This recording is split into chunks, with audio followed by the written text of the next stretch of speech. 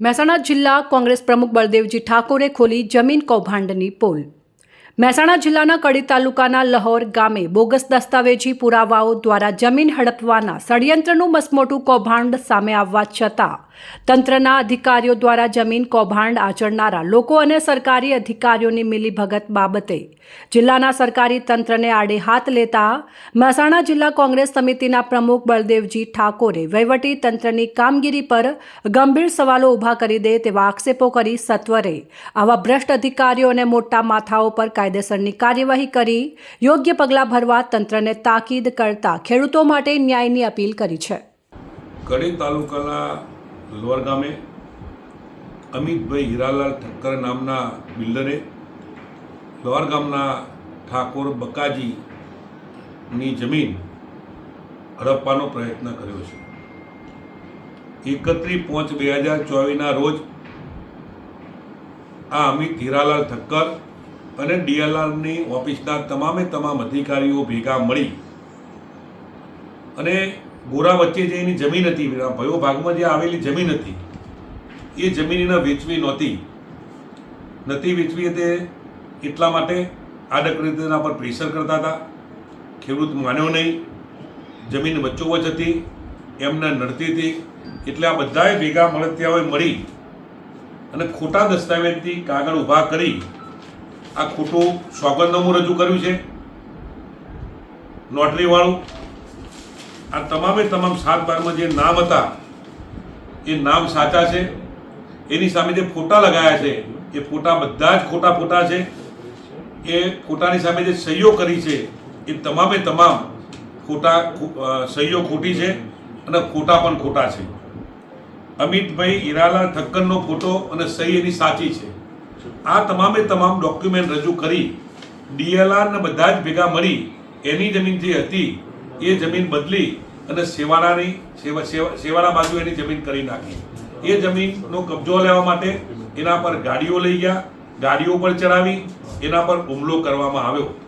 જ્યારે આ વાત અમારી ધ્યાન ઉપર આવી ત્યારે અમે રજૂઆત કરી ત્યારે સરકારે અને ડીએલઆરે ફરીવાર 24/6/2000 એટલે 1 મહિના પહેલાં આ કાગળના કારણે જે હુકમ કરવામાં આવ્યો હતો એ હુકમ રદ કરતો પણ ડીએલઆરે હુકમ કરી નાખ્યો છે। એનો અર્થ એવો કે આ તમામ ખોટા ચોંટાડીને જમીન જે હડપવાનો પ્રયત્ન કર્યો હતો એ પ્રયત્ન એમના જ હુકમમાં જે સાચો હોય એવું પ્રથમ દ્રષ્ટિએ લાગે છે। એ ખેડૂત 1 વર્ષથી તમામ કચેરીઓમાં એના 1 જોડ કે 2 જોડ ચંપલ ઘસી જાય એટલા એને ધક્કા ખાધા છે। મારી પાસે આવું ત્યારે આવતીકાલે મેં અમારા પ્રભારી મંત્રી ભાઈ શ્રી વિશ્વકર્માજી સાથે રજૂઆત કરી છે, કલેક્ટરને રજૂઆત કરી છે। અને તમે વિચાર કરો કે આવડી મોટી જમીન વચ્ચોવચ્ચથી લઈને બાજુમાં મૂકીને જમીન હડપવાનો પ્રયત્ન કર્યો છે ત્યારે આ વાત સરકારની ધ્યાને આવી છે, ડીએલઆરની ધ્યાને આવી છે। ડીએલઆરે એ હુકમ રદ કરી અને એની જમીન હતી એ પ્રકારે કરવાના પ્રયત્નો કર્યા છે, છતાંય ડીએલઆર આ જમીન હડપનાર એવા અમિત ઠક્કર સામે ફરિયાદ કરવાનું સુદ્ધા વિચારી શકતા નથી। આ કડી તાલુકામાં આ એક બનાવ નથી, આવા અસંખ્ય બનાવો છે। કોઈએ તળાવ નું દબાણ કર્યું છે, કોઈએ નાળિયાઓનું દબાણ કર્યું છે, કોઈએ રસ્તાઓ બંધ કર્યા છે, કોઈએ આવા પ્રકારના જ્યાં નડતા હતા ત્યાં તમામ પ્રકારના ડીએલઆરને મળી અને કડી તાલુકામાં મોટા કૌભાંડો આચર્યા છે। હું ચોક્કસપણે કહીશ કે આ 2 ઓર્ડર મેં કહ્યું તેમ, એક આ જમીનનો હુકમ અને એ હુકમ રદ કરવા માટેનો હુકમ, આવડું મોટું કૌભાંડ પકડાયું હોવા છતાં કલેક્ટર શ્રી અને ડીએલઆર શ્રી આના પર ફરિયાદ કેમ કરતા નથી એ શંકા ઉપજાવેલી વાત છે। અને ખુલ્લેઆમ આવા બિલ્ડરો કહેતા હોય છે કે પોલીસ ખાતું, કલેક્ટરથી લઈ તમામ ઓફિસો મારા ગજવામાં છે, તમે ગમે ત્યાં રજૂઆત કરવા જાઓ તો અમારું કોઈ પણ બગાડી શકે તેમ નથી। એના નક્કર પુરાવા હું તમને આપું છું।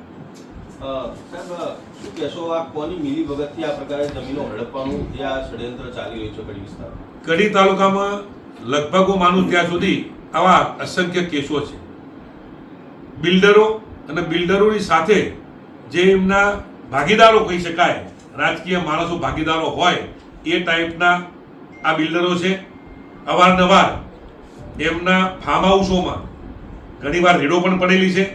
એમના ફાર્મ હાઉસોમાં કયા કયા આગેવાનો જાય છે અને આ બિલ્ડરો કોની સાથે ભાગીદારી ધરાવે છે એ તો સરકારના તપાસનો વિષય છે.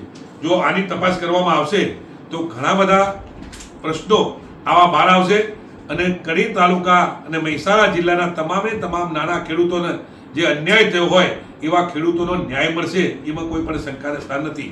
હું આપના માધ્યમ દ્વારા આવા બિલ્ડરોને અને આપના માધ્યમ દ્વારા તમામે તમામ આ જિલ્લાની જે જવાબદારી છે કલેક્ટરશ્રીને, જવાબદારી છે ડીઆરઆરને કે આવી જમીનો ઇરાદાપૂર્વક ભૂલ કરી અને ખેડૂતોને પરેશાન કરવાનો પ્રયત્ન ન કરે એવી આપના માધ્યમથી હું એમને વિનંતી કરું છું.